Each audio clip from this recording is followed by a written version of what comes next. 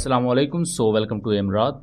दोस्तों, एक वो फील्ड जिसमें पाकिस्तान हमेशा से पीछे रहता आया है, ना सिर्फ पीछे रहता आया है बल्कि अभी तक कोई बहुत ही ज़्यादा ठोस डेवलपमेंट भी उस फील्ड में नहीं देखी गई। वो फील्ड है जेट इंजन्स की development. Pakistan air force fighter aircraft बनाती है, ट्रेनर एयरक्राफ्ट बनाती है, लेकिन उनके इंजन्स नहीं बना पाती। ये बुनियादी तौर पर पाकिस्तान एयरफोर्स नहीं होती बल्कि पाकिस्तान एरोनॉटिकल कॉम्प्लेक्स। और उसके बाद एक बड़े पैमाने पर भी देखा जाए तो इवन जो हम टैंक्स भी यूज करते हैं हैवी इंडस्ट्रीज टेक्सला के अंदर, उनके इंजन भी पाकिस्तान में तैयार नहीं होते। अब जो इंजन होते हैं, खासतौर पर अगर आप फाइटर एयरक्राफ्ट के इंजन को देखें, ड्रोन्स के इंजन को देखें, टैंक्स के इंजन को देखें, तो ये काफी कॉम्प्लेक्स टेक्नोलॉजी होती है जिसको लेकर हर मुल्क अभी तक इनको डेवलप नहीं कर पाया। जो 3 बड़ी कंट्रीज है जिनके पास प्रॉपर ये टेक्नोलॉजी मौजूद है, 3-4 कंट्रीज हैं, अमेरिका, चाइना, फ्रांस, रशिया। ये वो 3-4 कंट्रीज हैं जिनके पास प्रॉपर आप समझ सकते हैं कि जेट इंजन की टेक्नोलॉजीज है। इसी के साथ साथ अगर आप टैंक्स को देखें तो इसमें यूक्रेन आ जाता है, स्पेन, जर्मनी जैसे मुल्क भी आ जाते हैं। लेकिन आज हम बात करेंगे कि जो Russian deputy defence minister Alexander Kishnov की मुलाकात हुई है पाकिस्तान एयरफोर्स चीफ जहीर अहमद बाबर से। इसमें ऑफिशियल वीडियो जो पाकिस्तान एयरफोर्स की तरफ से रिलीज की गई है उसमें ज्वाइंट डेवलपमेंट की बात की गई है मुख्तलिफ मिलिट्री इक्विपमेंट को लेकर। उसके साथ साथ पाकिस्तान और रशिया के दरमियान फ्यूचर में एरियल एक्सरसाइजेस भी हमें देखने को मिलेगी, जो हो सकता है हिस्ट्री में पहली दफा हो प्रॉपर जो पाकिस्तान और रशिया के दरमियान एयर वॉरफेयर एक्सरसाइजेस हों। इससे पहले आर्मी की एक्सरसाइजेस तो रिसेंटली खत्म हुई हैं और उस पर मैंने डिटेल वीडियो बनाई हुई है, उसका लिंक मैं डिस्क्रिप्शन में दे दूंगा। अब इस वीडियो को लेकर बहुत से लोग ये समझ रहे हैं कि पाकिस्तान कोई JF-17 थंडर के इंजन पाकिस्तान में ही डेवलप करेगा, लेकिन हमें इससे थोड़ा सा ब्रॉडर जाके देखना चाहिए, क्योंकि सिर्फ JF-17 नहीं, इसके अलावा भी पाकिस्तान के पास कुछ दूसरे सिस्टम्स होंगे फ्यूचर में जिनके लिए पाकिस्तान को इंजन्स की जरूरत होगी। और पाकिस्तान एयरफोर्स की जो ऑफिशियल वीडियो है वहां कहीं भी पर्टिकुलरली इंजन्स का जिक्र नहीं किया गया, लेकिन ज्वाइंट प्रोडक्शन की बात जरूर की गई है। तो यहाँ इंजन के कुछ सब सिस्टम्स हो सकते हैं या इंजन की ओवरहॉल से रिलेटेड कुछ चीजें हो सकती हैं जिसमें पाकिस्तान को ट्रांसफर ऑफ टेक्नोलॉजी मिले, या इसके साथ साथ यहाँ RD-93MA इंजन की बात भी हो सकती है कि पाकिस्तान को वो प्रॉपर मिले इंजन जिसकी ज्यादा थ्रस्ट है और वो ब्लॉक 3 में आए, या हो सकता है यहाँ किसी न्यू इंजन की बात हो रही हो जो कि आगे पाकिस्तान के किसी न्यू फाइटर एयरक्राफ्ट में लग सकता है। दोस्तों, पिछले कुछ 2 से 3 सालों के दरमियान पाकिस्तान और रशिया के दरमियान जो कोऑपरेशन है वो बहुत अच्छा देखा गया। पाकिस्तान के मुख्तलिफ जियोपॉलिटिकल मामलात में रशिया ने खुलकर पाकिस्तान को सपोर्ट किया दुनिया में।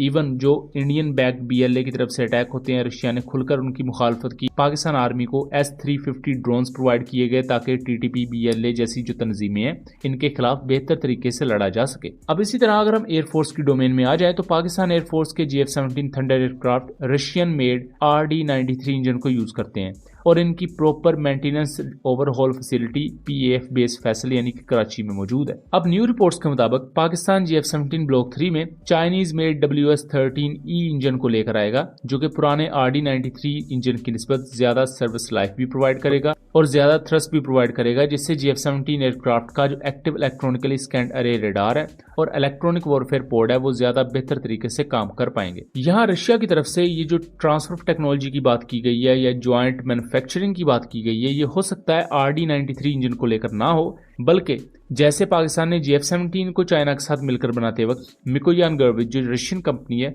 उसके कुछ इंजीनियर से भी एक्सपर्टीज हासिल की थी, तो हो सकता है पाकिस्तान इसी तरह इंजन की डेवलपमेंट को लेकर या इंजन के कुछ सब सिस्टम्स को बनाने की डोमेन में अगर जाता है, उसको लेकर रिसर्च एंड डेवलपमेंट शुरू होती है, तो रशियन इंजीनियर्स पाकिस्तान आए या रशियन इंजीनियर से इसकी इनपुट ली जाए। सिर्फ प्रॉपर इंजन बनाना ही सब कुछ नहीं होता, इवन जो इंजन के अंदर छोटे छोटे सब सिस्टम्स होते हैं, जैसा कि हमारे पास टर्बोफैन ब्लेड्स होते हैं, चार्ज इंजन एम्पलीफायर्स होते हैं, इस तरह के जो छोटे छोटे सब सिस्टम्स होते हैं, ये भी एक ही कंपनी सब के सब नहीं बनाती, बल्कि मेन कंपनी इंजन को असेंबल करती है और जो इस तरह के छोटे कंपोनेंट्स होते हैं वो दूसरी प्राइवेट कंपनीज बना रही होती हैं और वो कंपनीज एक्सपोर्ट करती हैं मेन कंपनी को। यहाँ जैसा कि मिसाल दूं तो जो जनरल इलेक्ट्रिक अमेरिका की वो जीनी F404, 414 जैसे इंजन बनाती है, लेकिन उसके बहुत से कंपोनेंट्स नेटो कंट्रीज बना के देती हैं। जैसा कि हमारे सामने मिसाल F404 इंजन के चार्ज इंजन एम्पलीफायर की है जो कि डेनमार्क बनाता है और डेनमार्क वो पुर्जा प्रोवाइड करता है अमेरिका को।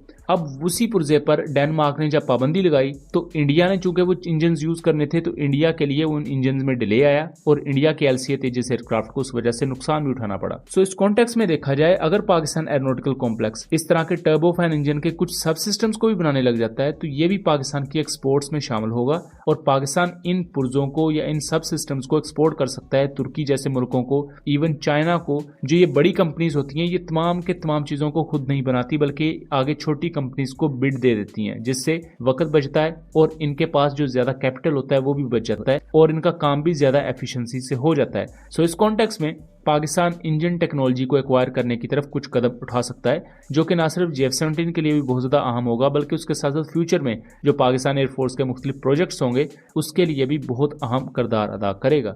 और इसी तरह के टर्बोजेट इंजन या टर्बोफैन इंजन को क्रूज मिसाइल्स में भी यूज किया जा सकता है। इसके साथ साथ कुछ सोर्सेज के मुताबिक पाकिस्तान और रशिया मिलकर कोई इंजन की तरफ जा सकते हैं, या हो सकता है पाकिस्तान और चाइना मिलकर एक इंजन बनाएं जिसमें रशिया की इनपुट हो और वो इंजन यूज किया जाएगा PFX एयरक्राफ्ट में, जो कि आप समझ लें कि JF-17 थंडर का एक 4.5+ जनरेशन का एयरक्राफ्ट होगा। कुछ लोगों के नजदीक ये JF-17 का कोई स्टेल्थ वर्जन होगा, लेकिन अभी तक PFX एयरक्राफ्ट क्या है और क्या नहीं इस बारे में किसी को कुछ नहीं पता।